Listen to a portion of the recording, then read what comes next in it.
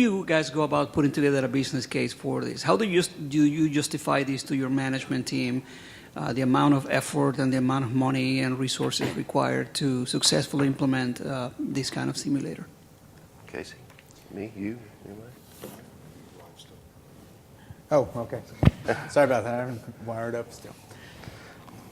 For our plant, one of the focuses that really followed like our last similar upgrade, invest the money in that, was the more restrictive EPA regulations that's involved in the coal industry. And so having a more dynamic model that really showed and taught operators how a little adjustments can really affect SO2 removal and NOx removal, which is what we're really concerned about for emissions controls. And that was essentially the key for both the generation, because some of those parameters are in the generation side model, operating the boiler and so forth, and then particularly the specific systems that help remove those controls is really the key factor and driving force with that. And also part of our with our insurance company, making sure we have a proper training program for the turbine and the boiler specifically, because it's such a large investment for those for that equipment. So that was critical as well. Yeah, for us, we engaged the process efficiency teams, dug into our outages, our shutdowns, how many of them we had in a year. Looked at all 4 of the assets, pulled that information together, seen where that value was, how many shutdowns did we have that were coming from CROs.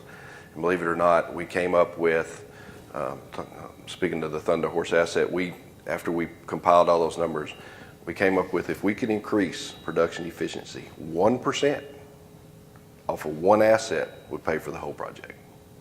Now, we already had experience with simulators in the past, and we knew the value, we knew it was there. We just needed to expand that and use it more. But that's how we came through with it. I'd like to maybe just add a couple of comments that Sure. completely match up with these, but we quite often see that there's 1 or 2 compelling events that occur within operations in different areas. And those compelling events are the prime movers. But I think the collateral benefits really actually start to pay off, and quite often in some of these, for instance with a controls upgrade, the initial thing was, well, we have to get through this event and we need to train people on the new controls. But what they actually find is in things like controls checkout, logic checkout, they pay for the simulator before they even get to the training. And therefore, certainly I think our observation is that I think we're maybe oversimplifying, calling it just training simulator. Is that better? Can everyone hear me now? Now you got to start over. But no, I think we certainly see individual compelling events or a prime mover, but there are a lot of other life cycle benefits, and the key aspect of the sustainment of these is the key to the success and the life cycle benefits. That's very, very key. Rajesh? Just to add to what Alistair said, as a vendor, we would like for our clients to know the life cycle cost. It's not just an upfront cost, but during our contract or negotiations, we give them a very clear picture. This is what it will cost you to build it, and this is what you save in your operating expense to maintain it. And I think both those discussions are important, and that really gets the value. Okay, there's a few more questions from the audience. Yes, my name's Tim Feldman with ISA, and terrific presentation, very informative. This is for Bart and maybe others. The distinction you made between certification or certified and endorsed, was that an internal distinction, or was that for external public that there was that was discussed? That was an internal decision based on feedback from our legal teams in BP with MVP. Okay, so no. Mart Baruti with Mina Technologies. I just want to pick a little bit further on the question that came up before for Bart and Casey. Do you have any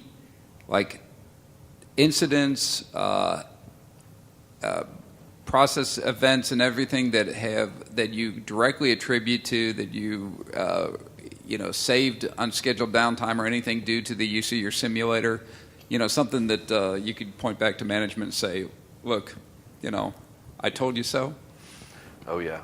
I know I have a book that resides in the simulator training room that's about that thick of just various things that the operators and the simulator have averted or identified before they happen. I'll give you a specific example. There was a choke on the outlet valve on a contactor tower, and there had been formal studies, I believe, help me remember here, that were done saying that this choke could flow X amount. And we ran that simulation on the simulator, gave that feedback to the asset, and they elected not to change the choke. Was it a week later during startup? Right in the middle of a startup, they had to shut down and change the choke. So in my career as a CRO as well, way back, in 02, I won't say way back, I'm dating myself now. But we had a saying on Nikika that if it happens on the simulator, it happens in real life. Our production rates had gotten up to a point to where we had to run 3 PAX pumps at one time. Never been done before. We didn't know if it was going to work. Me and another lead tech went to the simulator that happened to be on the facility at that time, started those pumps up, printed out what it would look like to the CROs, went back to the control room and said, okay, here you are. We had it down to where we could tell them, okay, you're going to see this alarm any minute now. Boom, the alarm would come in. So it's that powerful. The fidelity of these simulators and the model is that good. So. Just to add what Bart said, one of the talks yesterday talked about the design and build and operate and maintain. And I think the gentleman from ARC said there's a operate, improve, and maintain. So the simulator really becomes a operator concern mitigator. At least in the oil and gas industry, if it's running, let it run. If it ain't broke, don't fix it. And any kind of improvement initiative or optimization effort, if you run it through the simulator, show the operator the value. It's not going to break anything, and these are all the gains you can get. There's a tremendous value in seeing it before they're asked to do it. So I think that's the real intangible benefit, is the confidence. And we have a lot of white papers out there that speak to some of those examples that you may want to pick up. And for us,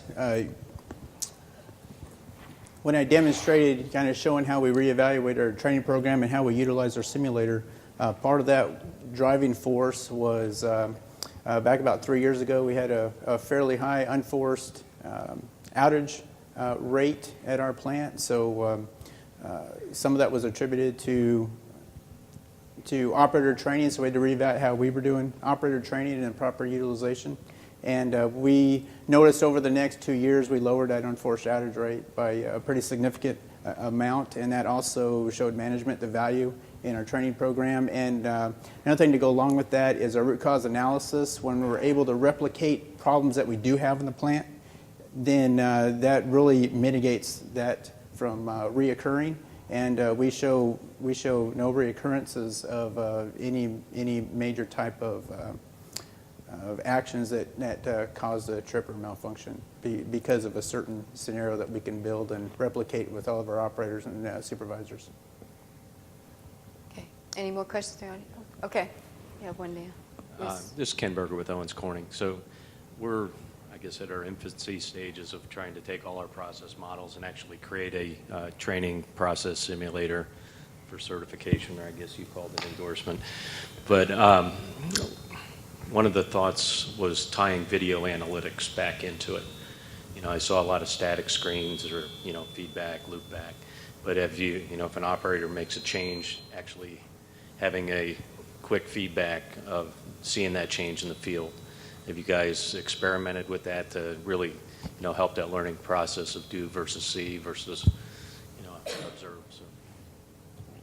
Me? Maybe I'll make the first comment. We've actually had quite a lot of experience at that. We've done about 10 projects where we have successfully fully integrated inside panel operators and outside field operators with 3D and with the control panels. That is very, very convincing. As Bart talked about, you want to make it as realistic as possible, and you put the radio comms in and everything like that, and the sound and all of those. You change the weather, all of those aspects, and you reflect it in the process models as well. So if it starts raining, air coolers will work better. Things like that really build up the credibility with the operations team. And obviously the engineering teams can do things as well to check and do some studies at the same time. So that inside and outside linkage, I think, is key, and the 3D visualization is very key to that. And I think the technology is there and proven now. It's taken a few years to get there, but it's there and it's proven and available and sustainable. And that is a key element. Okay. Does anybody else want to address it? Okay. Well, I have a question. Is there another one from the audience? Does that answer you all set? Do you have another one? I think they're everywhere. Several of them out there.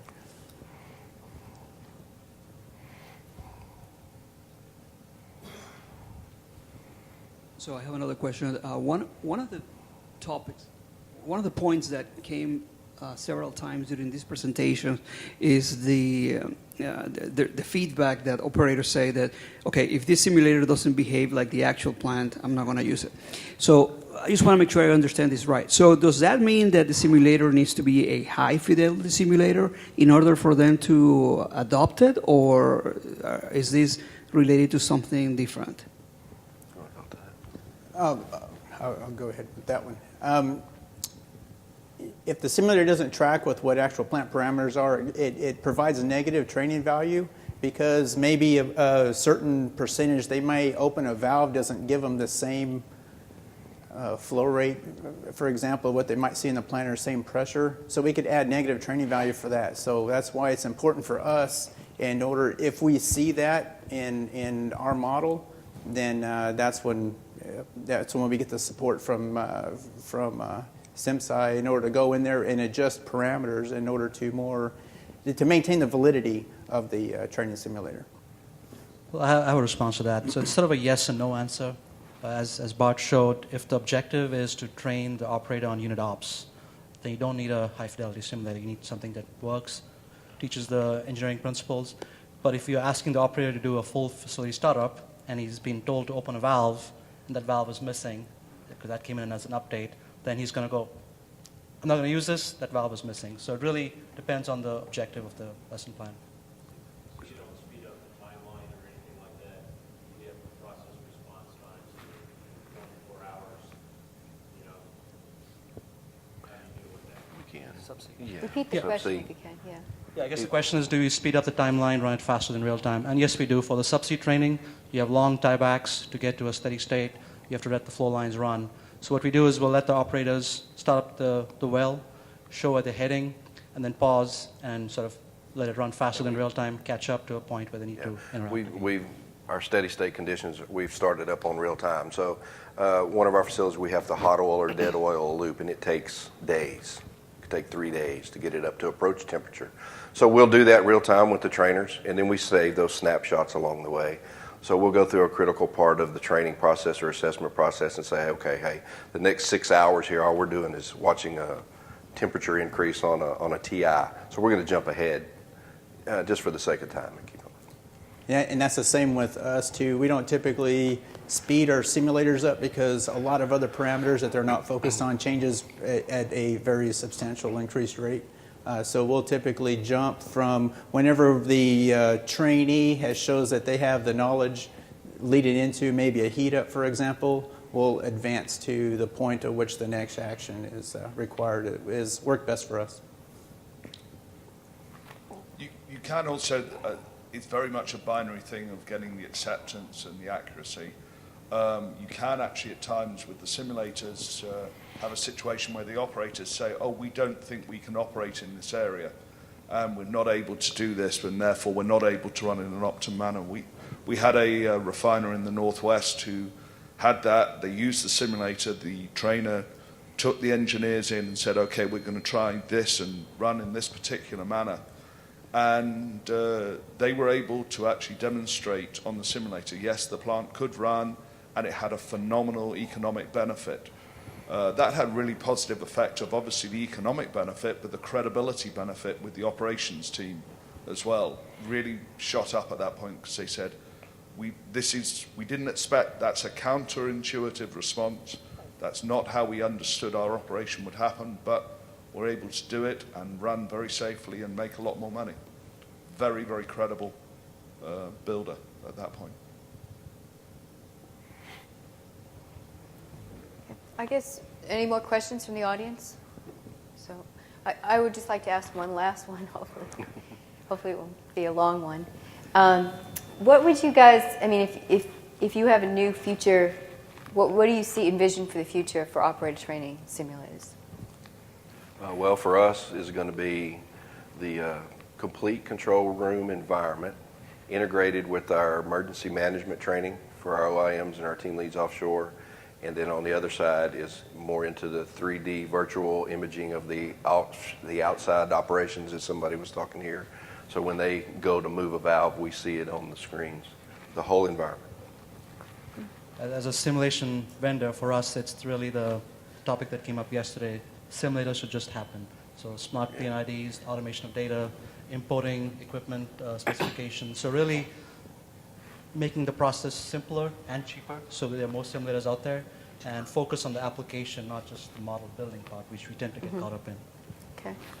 For me, again, it's the 3D modelization for our plant operators out in the field to have a simulator to provide the same benefit that our control board operators have would be really critical, and I can see that as a definite value in the future. Alistair, you want to? I think I see in the future very similarly to the other gentleman here, but I think in terms of rigorous application of the training programs and integration into the other aspects, that really calls on a lot of different changes to occur, and very much the life cycle support of that and the rigorous application. And I think things such as cloud technologies are really going to enable that. I think Bart talked about the virtualization. The cloud is the next level for that of the fully integrated simulator. Okay. All right. Well, I'd like to thank all of our speakers and our panelists today, and also, as I mentioned, that getting people out of operations is a very difficult thing to do. So I really want to commend these people and their companies, and to thank you, and thank you all for coming.